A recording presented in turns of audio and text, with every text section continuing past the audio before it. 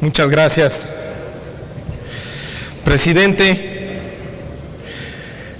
Bueno, hubo varios, gracias por citarme al senador Gil. Me dice, bueno, ¿qué dijimos nosotros? Que era parte de nuestra propuesta. Planteamos la disyuntiva que se tiene en todos los países ante la apertura de un activo natural, como lo es el petróleo. Se tienen dos opciones, dice Stiglitz. Una, o corriges tu empresa estatal, o la otra, privatizas.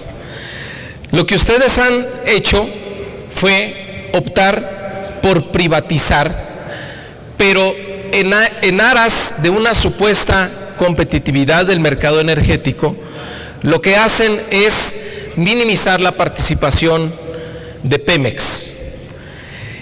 ¿Qué necesita Pemex? Pues son parte de las propuestas que se están haciendo aquí incompletas. Tener un gobierno corporativo, aliviarlo de la carga tributaria que tiene actualmente, para que tenga la posibilidad de modernizarse y, por ejemplo, ir a aguas profundas, liberarla de la corrupción antes de privatizar. ¿Se logra todo esto? No se logra al 100%. Hay avances, sí, porque se disminuye la carga fiscal, pero no lo suficiente. Y enlisté algo de lo que usted no tomó nota. ¿Cuáles son las insuficiencias que se tienen en este esquema? Por ejemplo, por supuesto que las empresas estatales tienen además que financiar parte del gasto público, pero ¿cómo competir si tiene un régimen distinto de recuperación de costos? Pemex lo tiene definido, alrededor del 12.5%. Para las empresas privadas se tendrá que negociar contrato por contrato, y eso dependerá de la función de costos de cada campo a explorar. ¿Cómo puede competir cuando Pemex él sabe lo que puede recuperar y las empresas lo pueden negociar en absoluto? ¿Cómo puede competir si cada mes tiene que dar adelantos del derecho de utilidad operativa? ¿Cuál era una de las propuestas que hizo el PRD? Que pagara sus impuestos como lo paga cualquier persona moral, con su declaración anual, y que no se le quitara la posibilidad de tener una planeación financiera. Aquí tiene que dar adelantos, genere o no genere el derecho. ¿Cómo competir si no puede elegir a sus socios? Quien elige a sus socios es la Comisión Nacional de Hidrocarburos.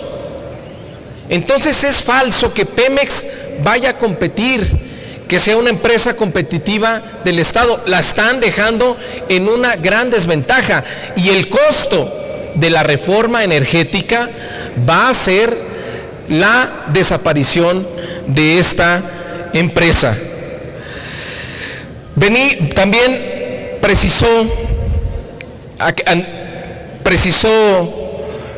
el senador Penchina la propuesta que se hizo respecto al tema de pensiones y el pasivo laboral. La propuesta que usted leyó, pues es muy similar, bueno, que leyó una propuesta del PRD, es muy similar a cómo se resolvió el tema del ISSSTE, cómo se pasaron los trabajadores del ISSSTE al esquema de los Afores. En la transición de sistemas de pensiones, de sistemas solidarios con beneficios definidos a un sistema de cuentas individualizadas, hemos vivido dos experiencias: la experiencia del IMSS y la experiencia del ISSSTE. En el caso del IMSS, se hizo opcional de que los trabajadores pudieran jubilarse con la ley en la que fueron contratados o pudieran voluntariamente pasarse al esquema de Afores. Por supuesto, convive un esquema híbrido donde la generación de trabajadores bajo la ley que tenían antes de Afores, pues se van a jubilar en ese régimen, por cierto, que ha generado y está generando un creciente pasivo laboral. La otra opción es lo que se hizo en el ISSSTE, que es reconocer los años de antigüedad a través de un bono para que desde ese momento todos estén dentro del régimen de cuentas individualizadas, más el bono que equivaldría al ahorro que pudieron haber tenido durante toda su vida laboral en los años de servicio que se estén pactando. Entonces, no hay nada extraño. Aquí lo que se está planteando es en lo que diferimos es cómo resolver esta situación.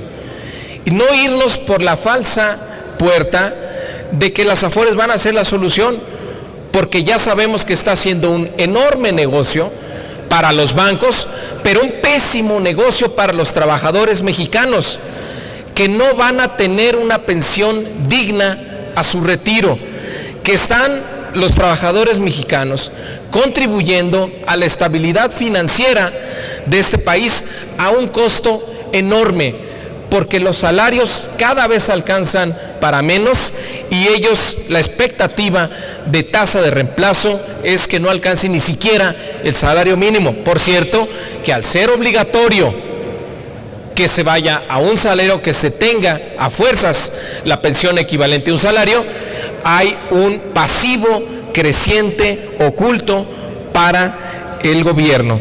Entonces, en lo que se está diferiendo es en las salidas que se están planteando. Podríamos corregir, ya lo dije aquí, podríamos rescatar un sistema solidario. Me parece que no puede continuar ese esquema sin contribuciones. Podría hacerse un esquema contributivo y definir muy bien las reglas para este sistema y que no generara una carga para esta empresa. Es cierto, y yo lo dije aquí al principio de mi intervención, que no le escatimamos nada, absolutamente nada, las aportaciones que ha hecho Pemex a la economía del país. Mencionaba usted infraestructuras en la Ciudad de México y en otros lados, y desafortunadamente parte o el 40% de la renta petrolera también está sirviendo para financiar los bonos Fobaproa, uno de los mayores fraudes que se han cometido contra el erario mexicano, o también sirvieron desafortunadamente esa renta petrolera para financiar el Pemex Gate. Pero todo eso es parte de lo que se tiene que corregir, y en la reforma, regresando a lo que se discute el día de hoy, la Ley de Presupuesto y Responsabilidad Hacendaria, permítanme insistir que este cambio que se está haciendo de fondo, donde ante una eventualidad caída en los ingresos, en lugar de que el gobierno se apriete el cinturón, pueda recurrir a una bolsa adicional del Fondo Mexicano del Petróleo, a uno de los fondos que se están creando, para que el gobierno no se tome la molestia de revisar su gasto o de recortar el gasto no productivo. Esto lo que va a hacer en el mediano plazo es incrementar la dependencia del gasto público para la renta petrolera. Muchas gracias.